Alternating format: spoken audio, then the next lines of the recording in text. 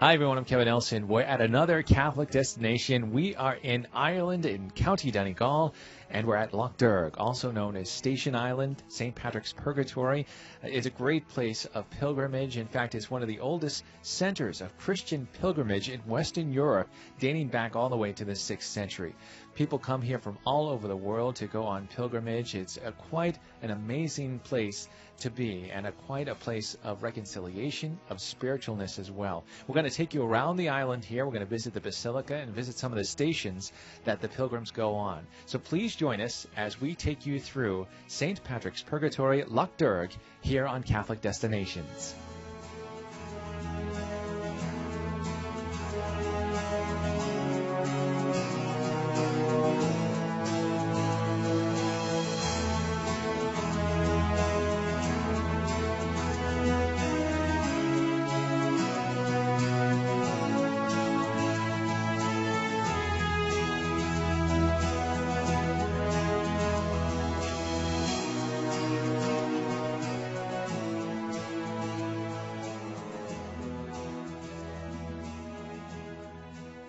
The history of Lough Derg is very much going back to the time of Patrick, St. Patrick, back in the 400s. And legend has it that Patrick came away to a quiet place to contemplate and to come closer to God. And one of those places was in this area, this region of County Donegal, where you have lots of hills and islands and the lakes. And this island, legend also tells us that Patrick came to this island here on Lough Derg called Station Island. And this is where he had the vision in the cave in the night of Purgatory. And it is from that and the spread of that word that went across Europe at the time that many people came on their travels at a time where people didn't travel far, and Ireland was considered at the very end of the earth, and County Donegal even further, because it's the furthest tip of northwest of Ireland. So yes, it's back to, and that's known as the Patrician era. Patrick is said to have left a disciple by the name of De Vogue to take charge of the area. De Vogue is believed to have set up a monastery on the nearby Saints Island, which is about 10 acres in size. In fact, the name of Saints Island was for a time named after De Vogue. The monastery set up by St. De Vogue lasted until about 836 AD, when the monks were driven from the island by the Danes. You had the Augustinian monks came after the Patrician period, then the Franciscan monks were here, and after that Station Island, Lough Derg here, has come under the ownership of the Clogher of Diocese here in Ireland. So there's a lot of monastic roots here on Lough Derg, and the monks originally came to this particular island here from Saints Island. They come over on their rowing boat to pray here because this is where Patrick prayed, and they built the monastic beehive prayer cells, and they're stone beehive cells where they went in and they prayed, that just circled the original cave where Patrick prayed and where he saw the vision. And that is the remnants of those monastic beehive prayer cells, are what people come here and pray on the ruins of those every season ever since that time. And people still come to Lough Derg today. The penitential beds, or beehive cells, are the oldest remaining structures on the island, possibly dating back to the 9th century. They consist of a low circular wall with a small space where the entrance would have been. Inside, the bed is a floor of uneven rocks. At the center of each bed is an iron cross bearing the figure of Christ and the name of the saint the bed is named after. The 6 beds are named after Saints Bridget, Brendan, Catherine, Columba, Patrick, and Malaise.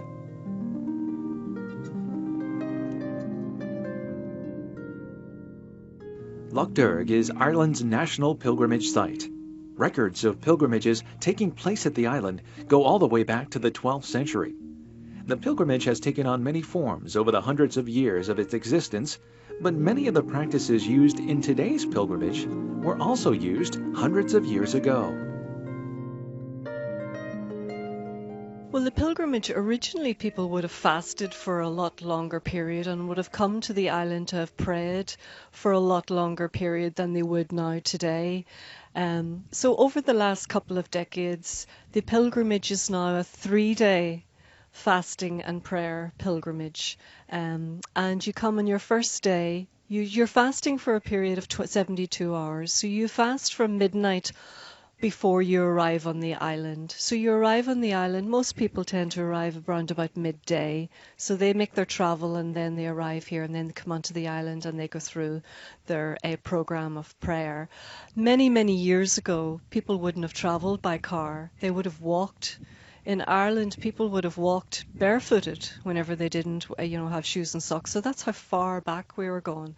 They would have walked from Cork or Dublin or Belfast or Derry, and they walked to Lough Derg, and then they came onto Lough Derg here, onto Station Island, and fasted and prayed for a further 3 days, then left and went back on a walk home. So, I mean, a lot of things in our culture and modern day living has changed, but certainly the one thing that is really true still today to the 3-day pilgrimage here in Lough Derg is that people remove their shoes and their socks and they come onto sacred holy ground, and it's sacred land that has been made holy over the years through people praying. For generations and generations, Irish mothers and fathers and grandmothers and grandfathers have prayed for their families. And still today, whenever we talk to pilgrims who come here today, they are praying for their families and for the future of their families. So it's a tradition that hasn't ended. It is continued, which is wonderful. Thousands come every season to participate in the pilgrimage, which runs from the beginning of June until mid-August. The 3-day pilgrimage consists of 3 days of fast, with only one simple meal of dry bread or toast, with black tea or coffee or water allowed once a day. After a short ferry ride over to the island, pilgrims will check in, drop off their personal items at the dormitories, and then make their way over to St. Patrick's Basilica to begin their pilgrimage. On the way there, they will be able to see the beauty of the island that they will be on for the next 3 days. We make a special point of welcoming the pilgrims on a daily basis, and again, in my own role, that's one of the joys of just welcoming people. And then while they're here, they discover that they're in the company of so many others like themselves, searching, and they have the freedom to be in conversation with others, or if they so wish, just to pull aside and find that space for themselves.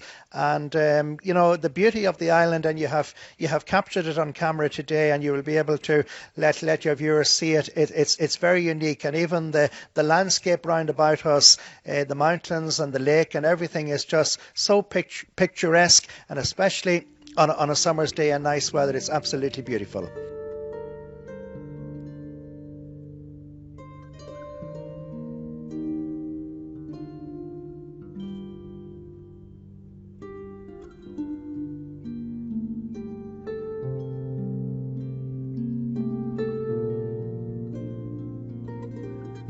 After beginning the station with a visit to the Blessed Sacrament in the Basilica, the pilgrim will make their way outside to St. Patrick's Cross, then to St. Bridget's Cross. From there, they will walk around the outside of the Basilica, and then in order around the penitential beds. At each bed, pilgrims pray walking 3 times around the outside, kneeling at the entrance, walking around the inside, and kneeling at the cross in the center. From there, they go to the water's edge to kneel, stand, and pray. The ritual of the water goes back hundreds of years, where in some cases pilgrims would completely submerge themselves in the water. The pilgrim will then return to St. Patrick's Cross and the Basilica with more prayers and a traditional offering for the intentions of the Pope to complete the station. 9 penitential stations are done over the course of the 3 days, with pilgrims praying repeatedly the Our Father, Hail Mary, and the Apostles' Creed. 3 stations are made on the first day. The prayers and movements of 4 more are done during the night vigil inside the Basilica, and then 1 is made on the outside on the second day and 1 more on the third, for a total of 9.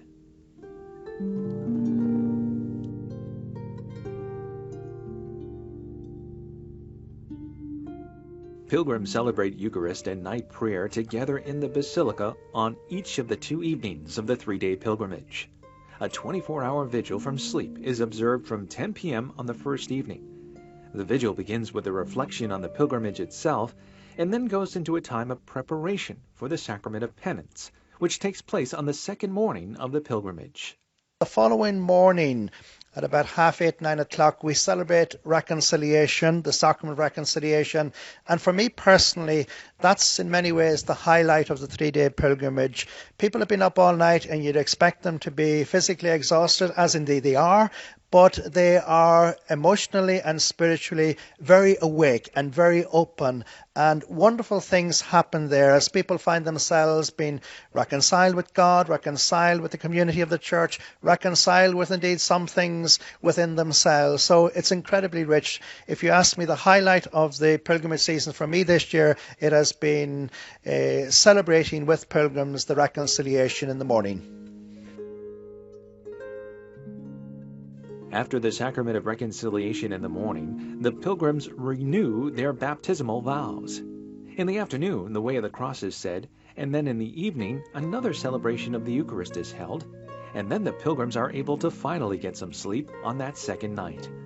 On the morning of the 3rd day, the pilgrims celebrate Mass, receive a papal blessing, make their final station, and then depart the island. However, the fast continues on until midnight of that 3rd day.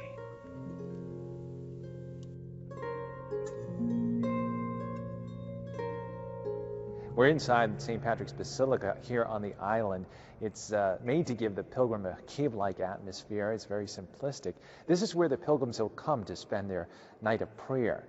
Inside the basilica, one of the centerpieces is the large wooden cross, which was made in the design of the penal crosses that Irish Catholics used in the late 18th and early 19th century.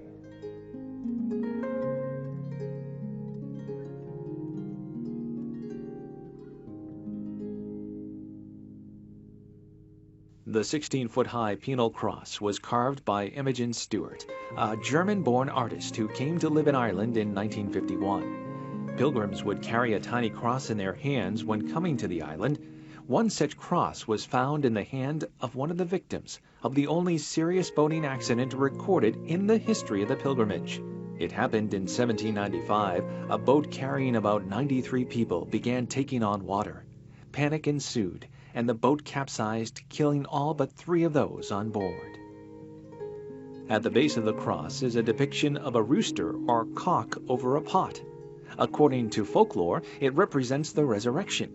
While guards who were watching the tomb of Jesus discussed the possibility of resurrection, one of the guards said Jesus had no more chance of rising from the dead than the rooster that was in their pot cooking. At that moment, the rooster jumped out of the pot and crowed the words, "The Virgin's Son is safe." At that, Jesus rose from the dead.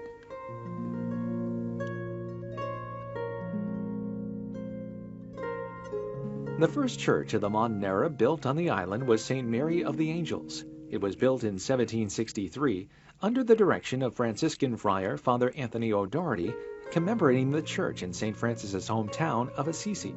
The chapel went through a number of renovations over the years. It was rebuilt in 1813 because the original chapel was so badly built it was not inhabitable. Then in 1870 the chapel was demolished and a brand new one built on the same site. This is the one standing now, St. Mary's Chapel. It has gone through some renovations but is used mostly as a gathering space for prayer.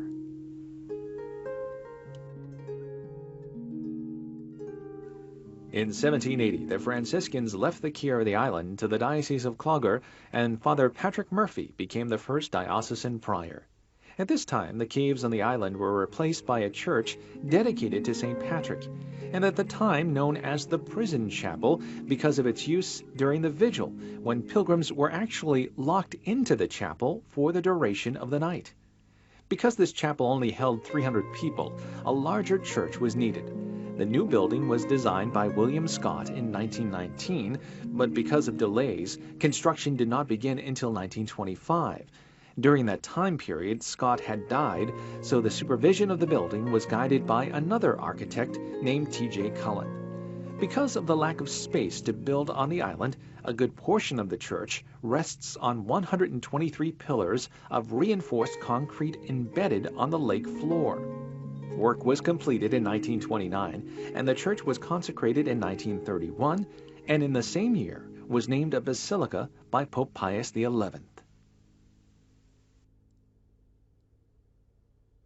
The octagonal design of the basilica maximizes floor space, and with the use of the balconies can accommodate about 1,000 pilgrims comfortably with room for many more. The shape also allows everyone in the church to have a view of the priest during Mass.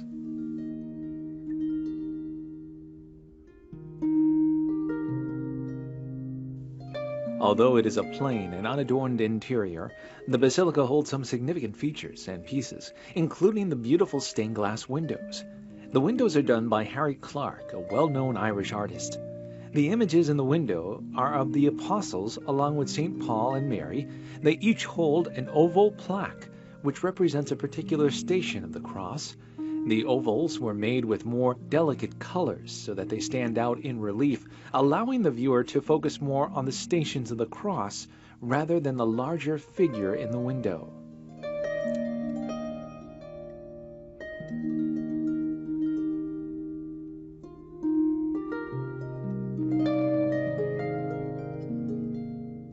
The original icon copy of Our Lady of Perpetual Help was blessed by Pope Pius X and displayed in St. Mary's Church in 1912. However, over the years, it became damaged and could not be repaired. The present icon in the basilica was commissioned in 1991 and done by Sister Aloysius McVeigh. It's based on the 15th century original by Andreas Ritzas. The altar and ambo in the basilica are made from white Carrara marble and were designed by Peter McTighe from Dundalk. The tabernacle, lectern, sanctuary lamp, and candlesticks were all done by Paddy McElroy of Dublin. All these pieces of art have been sculptured in bronze.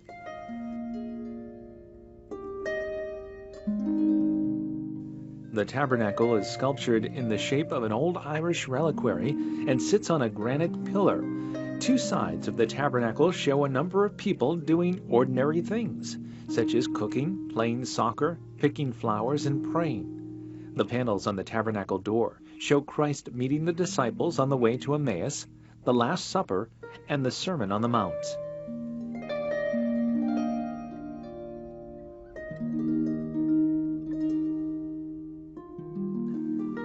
The first stop for the pilgrim outside, after his initial visit to the basilica, is the St. Patrick Cross.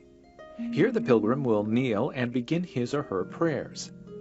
The cross is a simple plain cross on a stone shaft.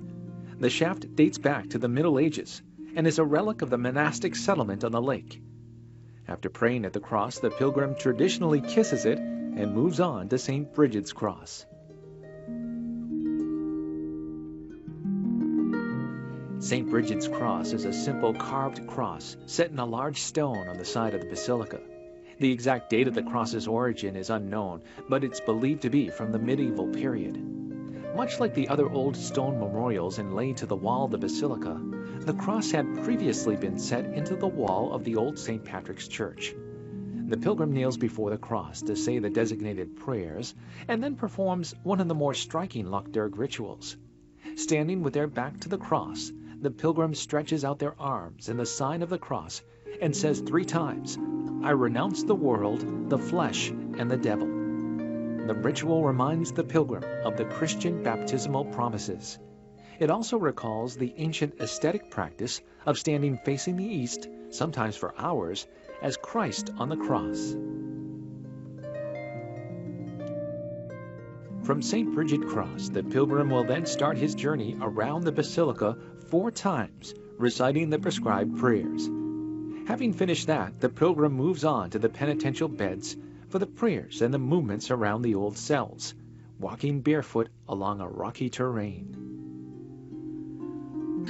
I first came here whenever I was 18, and at that time it was just something that people did, you know. It was about 20 years ago, and people came to Lough Derg and prayed for, exam results and, just health and well-being in their family. And I came. I came with some school friends, and it's just something about the place grabbed me. It is my spiritual home, and for many years after that, I would have come to Lough Derg on pilgrimage, and it's just somewhere that I always come back to.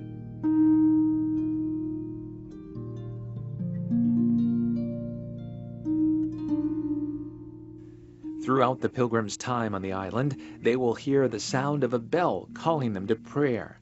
This is from the bell tower, which is on the elevated site between the penitential beds and St. Mary's Chapel.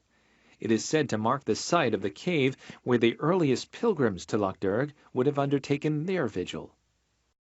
Well, they come to Lough Derg for a myriad of reasons, and very often for personal reasons. They've come something about themselves or the family, or to pray for somebody or some situation. But when you move beyond that, you discover that people are still following that deep inner quest for God and for connection with the sacred.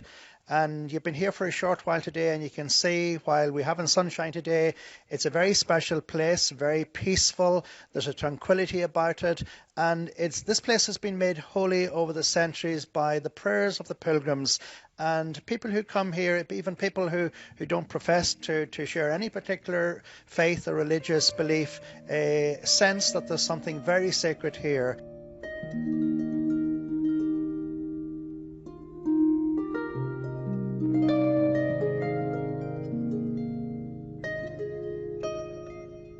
Also on the island, although not part of the formal elements of the Lough Derg pilgrimage, is a labyrinth. The labyrinth is an ancient symbol found in many different religious traditions. It is a metaphor for life's journey, taking us away from our ego and leading us to that which is within. Walking a labyrinth has echoes of the Irish pattern of prayer, much like the station prayers on Lough Derg. The pilgrim walks peacefully around a place of devotion, offering a path to inner peace and a reflection on one's life journey to God.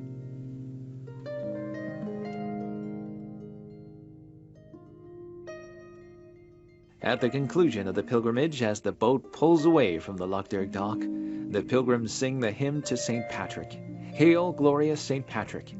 This song replaced the traditional farewell hymn to Lough Derg, which was a 19th century hymn that dropped out of general use in the latter part of the 20th century, being sung at the end of the pilgrimage up until the 1970s. We have pilgrims who have been coming here for up on 50 years, hardly missing a year.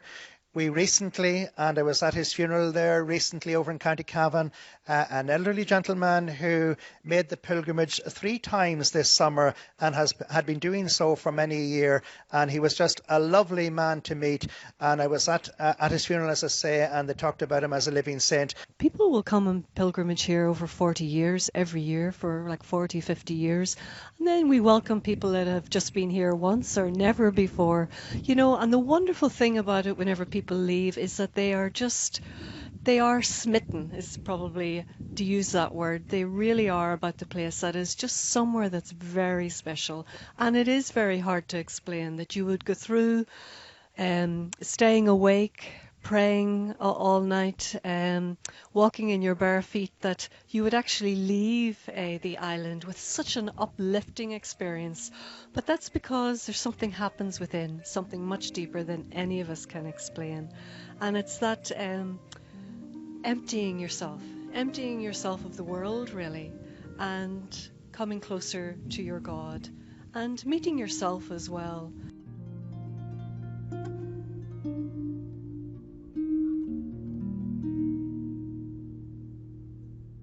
I think people would say that they come here in pilgrimage, and I myself, it would happen as well.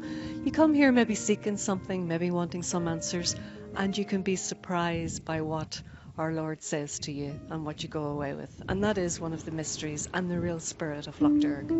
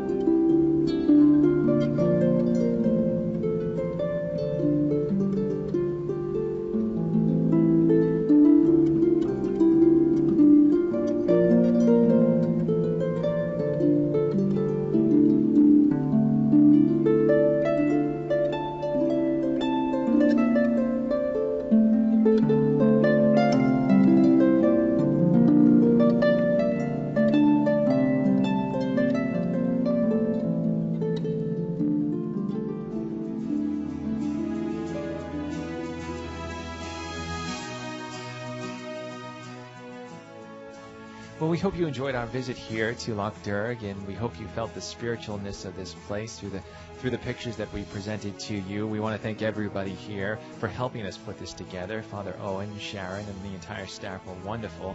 Thank you as well for joining us. Well, that's going to do it for us here in Donegal, Ireland. My name's Kevin Nelson. I invite you to join us again next time for another Catholic Destination.